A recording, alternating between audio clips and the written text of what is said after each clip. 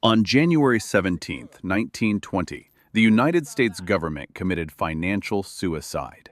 They shut down the fifth largest industry in the country, overnight. The stated goal was a sober, highly productive nation. But here is the strange truth of the era. Drinking alcohol was never actually illegal. The law simply banned the government from collecting taxes on it. The state voluntarily dug a massive financial grave for the illusion of morality. Those vanished excise billions will eventually force a president's hand. He will erase the Constitution itself 13 years later. We have the retrospective estimates. I am saving that final, brutal calculation for the very end. The transition into the dry era was absolute chaos. Look closely at the actual text of the 18th Amendment. It was ratified a full year earlier on January 16, 1919. Lawmakers had 12 months to prepare for the economic fallout. They did nothing. The wording of the amendment is incredibly surgical. It outlaws the manufacture of intoxicating liquors. It bans the sale. It strictly forbids transportation. Notice the glaring missing words: possession, consumption. The law punished the bartender. It never touched the man holding the glass. This was a deliberate legal blind spot. It created an immediate class divide across the country. Elites saw the deadline coming. They filled their private cellars with decades' worth of fine wine and imported spirits before midnight. The working class stayed outside. Saloons bolted their heavy doors. The exclusive country clubs simply closed their blinds. Booze was no casual pastime. It was the operating system. Federal revenues relied heavily on excise taxes from liquor. Washington ran on alcohol money. Russia made the exact same mistake. The Tsar banned vodka in 1914. He wanted a sober, disciplined army for the global war. He vaporized a quarter of his empire's budget with one single pen stroke. America watched that imperial collapse. Then Washington copied the playbook. A full third of the federal revenue vanished in a single day. The United States Treasury lost its primary cash cow. There was no backup plan. No replacement tax stood ready. The sheer scale of the economic destruction is hard to grasp today. The fifth largest industry in the nation simply evaporated from the legal ledger. Massive breweries and local distilleries shut down. The collateral damage hit everywhere. Glass manufacturers lost their biggest commercial clients. Barrel makers went bankrupt. Trucking companies lost their most profitable freight. Farmers lost the primary buyers for their surplus grain. Lawmakers completely ignored the math. They assumed a sober workforce would become wildly productive. They expected industrial growth to offset the missing taxes naturally.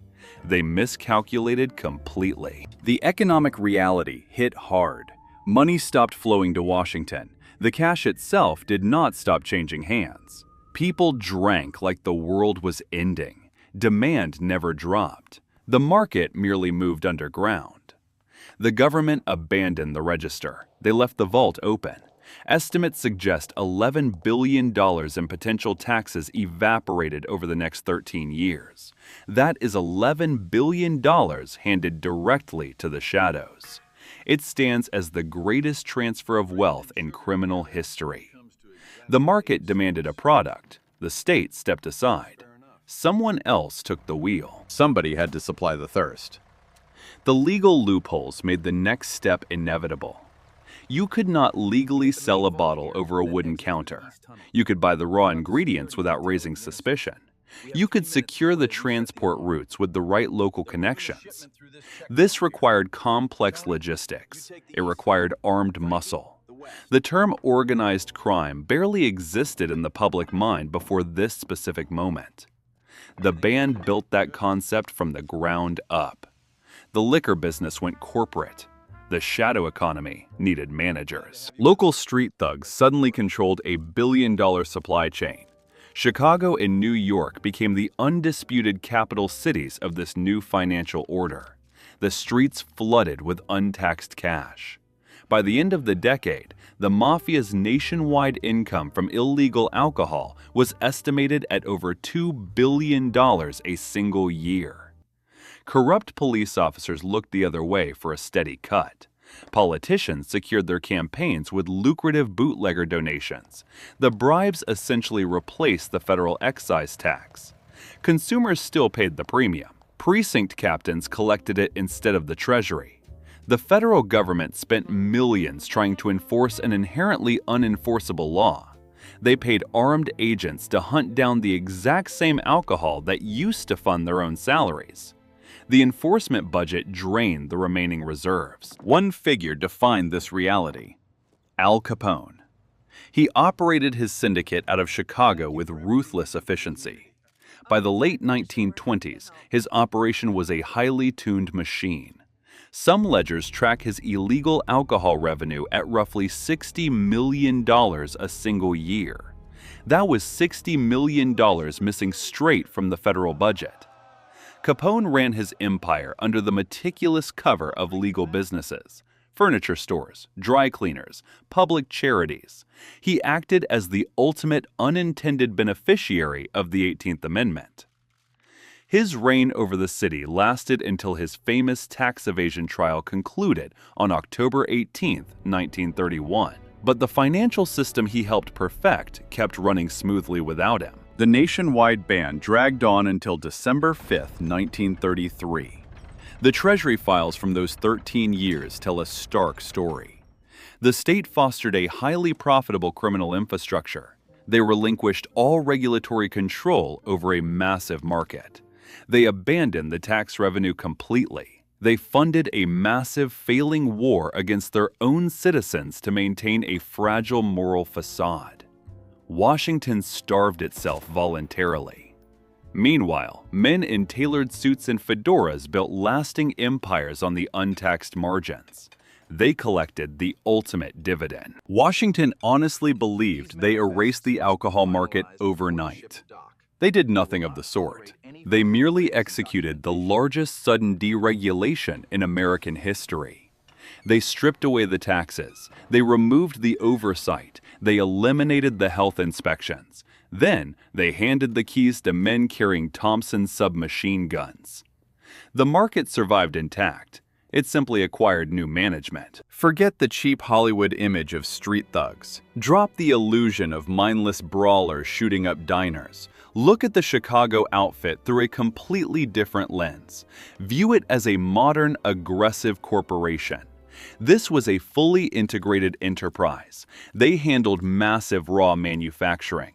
They managed incredibly complex logistics networks. They ran regional wholesale divisions. They operated local retail chains. They even maintained a dedicated internal security force. The federal government voluntarily abandoned massive revenues. We have the historical estimates. The United States Treasury lost roughly $11 billion in potential taxes. That money bypassed the public treasury. It flowed straight into the pockets of regional monopolies. The financial numbers from the era are staggering. In 1927, estimates put the Chicago syndicate's total revenue around $105 million. Roughly $60 million came directly from illegal alcohol. That was pure, untaxed profit. It was cash explicitly diverted from public infrastructure to private empires. Some popular accounts push these numbers even higher. Certain publications claim Capone's empire eventually grossed roughly $1 billion annually. Modern historians often dispute that massive figure. It demonstrates a clear inflation of numbers in our pop culture. But even the conservative estimate of $105 million remains absolutely terrifying. It proved the shadow economy was working flawlessly. The government created a massive financial void. The syndicates filled it instantly. They capitalized on the immense public demand. Delivering millions of gallons of illicit liquor requires serious, heavy infrastructure. You cannot supply a massive metropolis using a few rusty bathtubs. The syndicates built an industrial supply chain from the ground up. They operated massive clandestine distilleries hidden in abandoned warehouses. They managed vast fleets of reinforced delivery trucks. They coordinated midnight railroad shipments across multiple state lines. They owned fast boats to run rum from international waters. The distribution network fed thousands of underground speakeasies. Every single step required precision. Every step required immense upfront capital. You cannot run a massive logistics network without local cooperation. The outfit understood the concept of a corporate payroll perfectly. They essentially bought the vertical structure of local government. Police officers received regular, predictable envelopes. Precinct captains collected their monthly cut. Judges looked the other way for a fixed fee. Politicians drafted favorable local ordinances. The Mafia treated widespread bribery as a standard operational expense. It was simply their version of human resources. You pay your route drivers. You pay your distillers. You pay the local mayor. Competition in this newly unregulated market was notoriously violent. The streets often resembled active war zones. But violence is fundamentally terrible for the bottom line. Dead customers buy no gin. Dead drivers cannot deliver the weekly shipments. Capone recognized this early on. When faced with aggressive rival gangs, he often avoided outright war. He orchestrated corporate mergers. One historical account describes him artfully diffusing a massive turf war. He convinced competing bosses to pool their capital. They combined their physical assets to expand their business territories together. It was aggressive corporate consolidation applied directly to the underworld. The legal framework provided its own perfect cover. The 18th Amendment contained massive, glaring loopholes. The Volstead Act strictly prohibited the manufacture and sale of alcohol. It did not explicitly forbid personal consumption. Doctors could legally prescribe whiskey for medicinal purposes. Suddenly, the entire nation developed a severe chronic cough. Pharmacies became highly profitable distribution nodes almost overnight. Religious congregations required sacramental wine for their regular services. The syndicates immediately exploited these legal subsidiaries. They flooded the consumer market through the very exceptions Congress wrote into the law. The official goal in Washington was absolute national sobriety. Historical data shows a completely different reality. Over the 13 years of Prohibition, overall consumption actually dropped. Reliable economic estimates suggest it fell to roughly 60 to 70% of pre-ban levels. The forbidden nature of the product became its greatest marketing tool. Drinking became an act of fashionable rebellion. The state destroyed legal breweries hoping to lower crime. That exact decision made illicit liquor the most lucrative commodity of the entire decade. They handed a gold mine to the mob. Storing mountains of physical cash creates immediate logistical nightmares. You cannot casually walk into a formal bank with suitcases full of small crumpled bills. The origins of a famous financial concept are tied directly to this exact era. According to persistent lore, Capone opened chains of cash-based laundromats across Chicago. The legitimate storefronts provided clean, taxable receipts. The dirty alcohol money entered the formal banking system. It disguised itself perfectly as clean laundry revenue. The criminal enterprise desperately needed corporate accounting. They needed to make the dirty money clean. Washington tried to fight this corporate machine with a fraction of the necessary resources. The federal budget burned through roughly $300 million attempting to enforce the impossible ban. They essentially funded a failing security service against their own booming economy. Federal agents were vastly outnumbered. They were chronically outgunned. They were painfully underpaid. The syndicates funded their superior intelligence networks using the very profits the government voluntarily surrendered. The comparison between the two systems reveals a stark, uncomfortable truth. Prohibition laws attempted to kill massive public demand using basic legal decrees. They offered no safe, regulated alternatives. European historical reviews often frame it precisely this way. It was an absurd experiment in forced social engineering. The Russian Empire tried a strikingly similar experiment with vodka just years prior. Both nations watched their underground markets explode. When you legally ban a deeply ingrained habit, the habit simply goes underground. It becomes significantly more dangerous. It demands stronger, completely unregulated chemical substitutes. The contrast in organizational efficiency became impossible for politicians to ignore. The outfit operated with flawless, brutal precision. The federal police force remained hopelessly outmatched. Arrests meant absolutely nothing to a billion-dollar supply chain. Confiscating a single delivery truck barely registered on the syndicate's quarterly balance sheet. The authorities were losing the war on every conceivable front. They realized traditional law enforcement was completely useless against a shadow monopoly of this magnitude. The police could not arrest their way out of this national crisis. The federal police lacked the budget to outspend Capone's bribery network. They lacked the manpower to outsmart the syndicate logistics. However, Washington still controlled the raw industrial chemicals. By the mid-1920s, the government possessed vast stocks of denatured technical alcohol. They knew the bootleggers were stealing it. They knew the syndicates were filtering it for the speakeasies. Washington made a cold, calculated administrative decision. They became a hidden participant in the violent gang war. They decided to make the industrial alcohol lethal. The federal laboratory abandoned simple testing. It actively weaponized the supply. By late 1926, the Treasury Department authorized a radical shift in policy. The government ordered manufacturers to drastically increase the toxicity of industrial alcohol. They mandated the addition of methanol. We are talking about concentrations hitting 4 to 10%.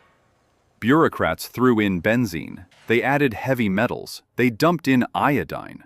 The formulas were engineered to be aggressively deadly. The state effectively turned industrial solvents into chemical landmines. They knew exactly who would step on them. Historically, denatured alcohol existed to exempt industrial solvents from beverage taxes. Nasty additives simply made it undrinkable. Manufacturers added soap. They added pyridine to induce immediate vomiting. The underground market adapted quickly.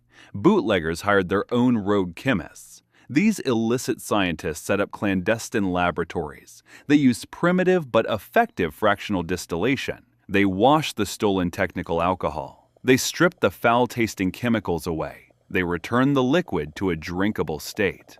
They used bone char. They set up massive hidden facilities in abandoned warehouses. The underground chemists were often better trained than the federal agents tracking them.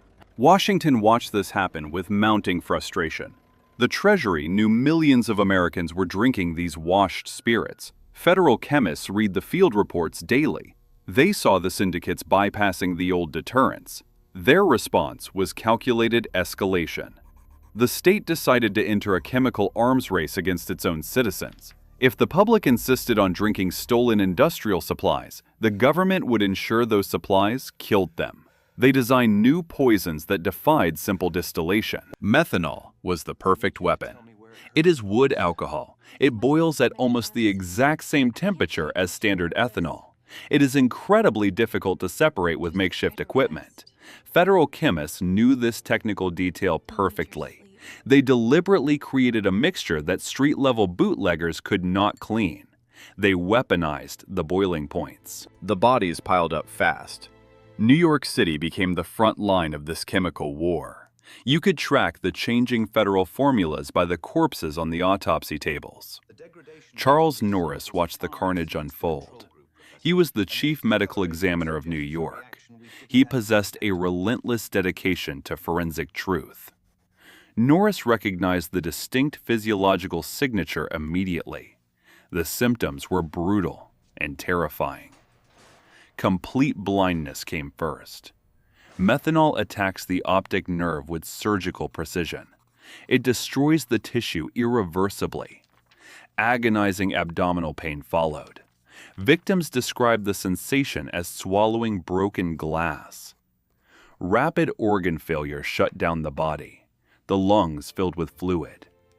Death was rarely quick. Norris did not fight this war alone. He relied heavily on Alexander Gettler. Gettler was a brilliant toxicologist at Bellevue Hospital. He pioneered modern forensic chemistry.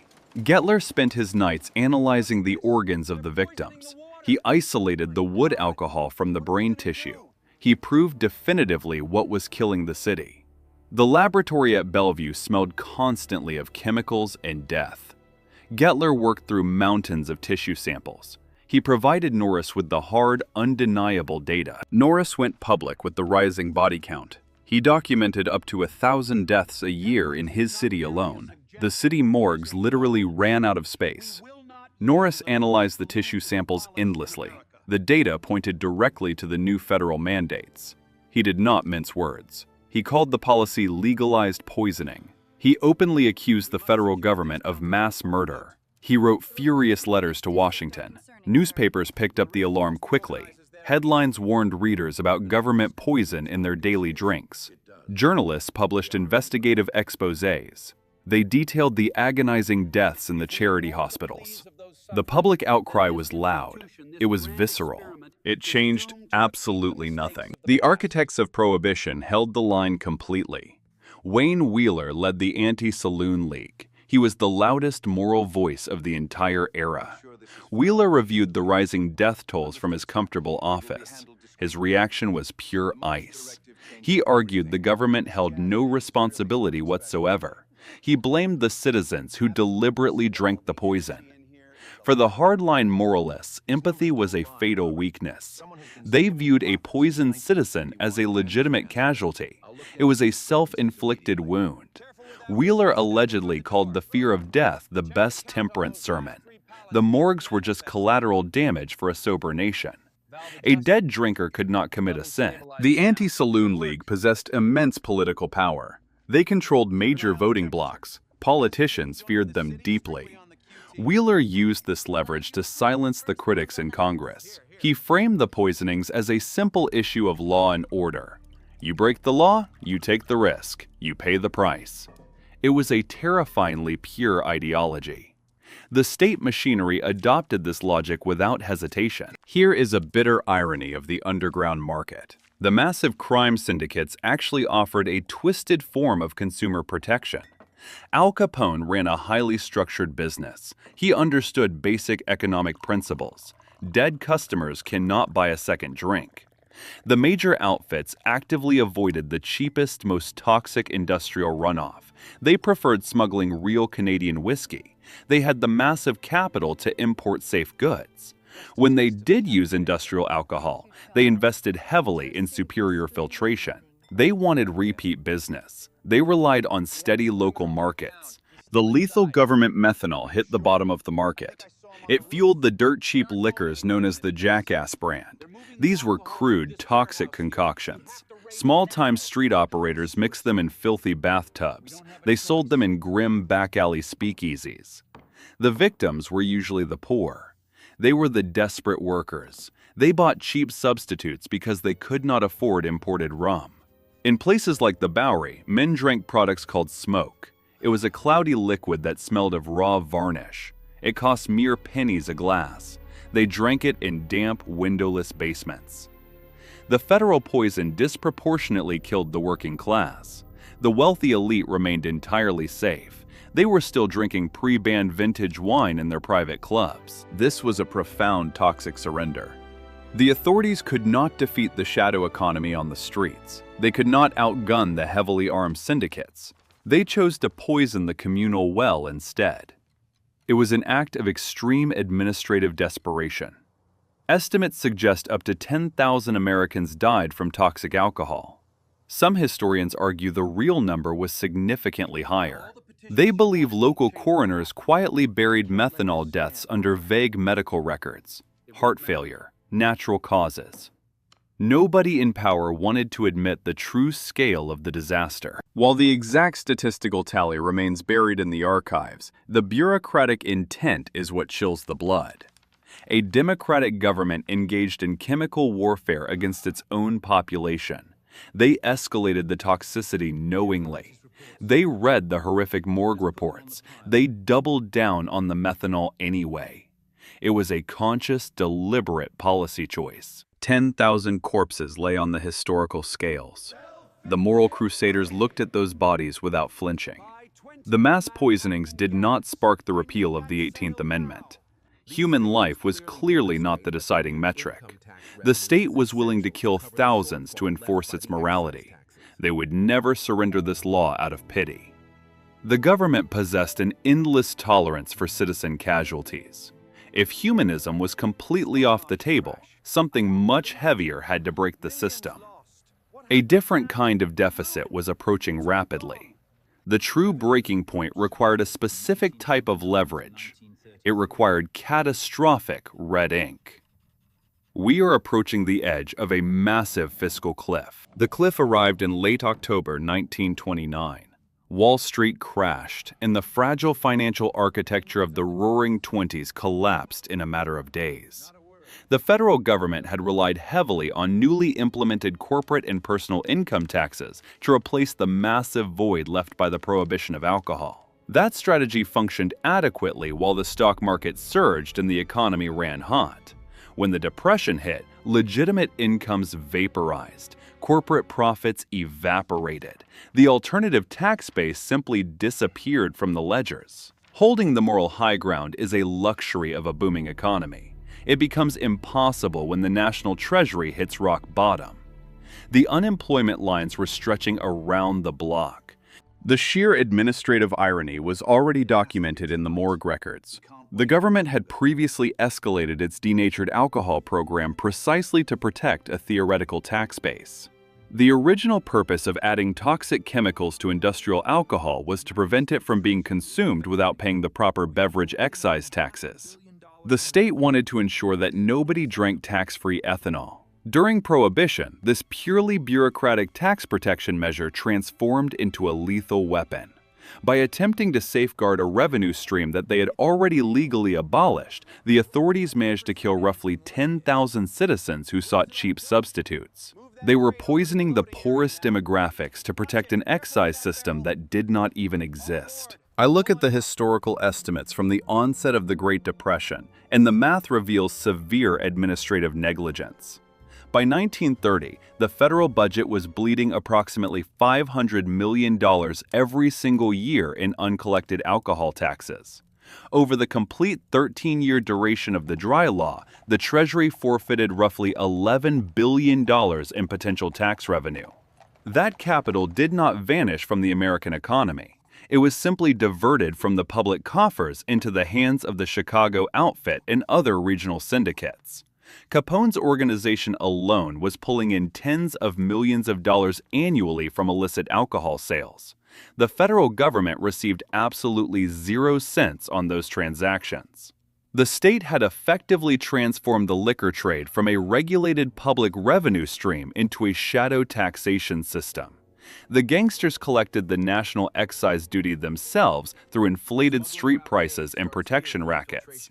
They kept every single cent. The financial hemorrhage occurred on both sides of the balance sheet.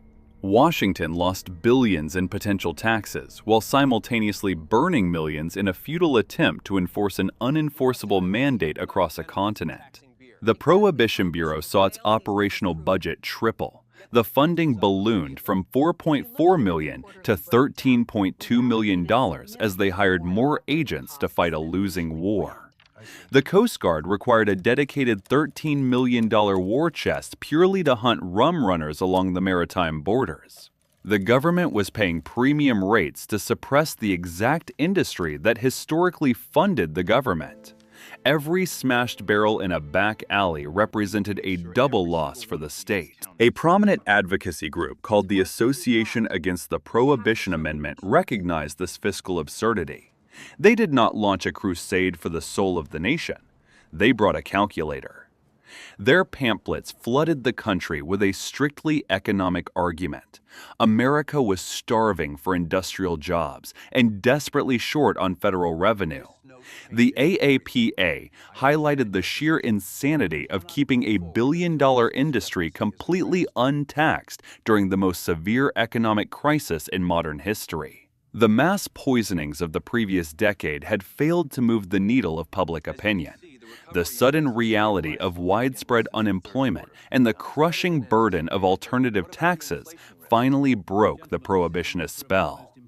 They treated the 18th Amendment strictly as a toxic financial liability holding the country hostage. The core logic of the AAPA was brutally simple. A direct federal tax on a glass of beer is infinitely more productive for a functioning democracy than the bullets and bribes funding the underground market. The anti-prohibition rhetoric systematically stripped away all the religious and moral veneer that originally birthed the law.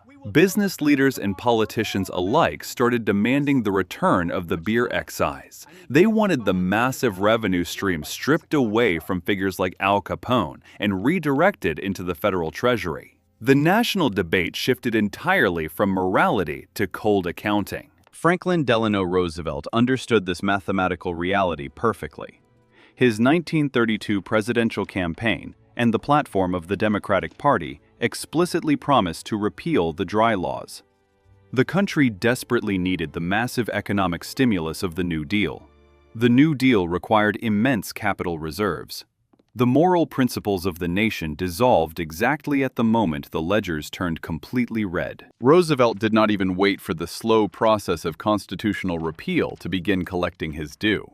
On March 22, 1933, he signed the Cullen-Harrison Act into law.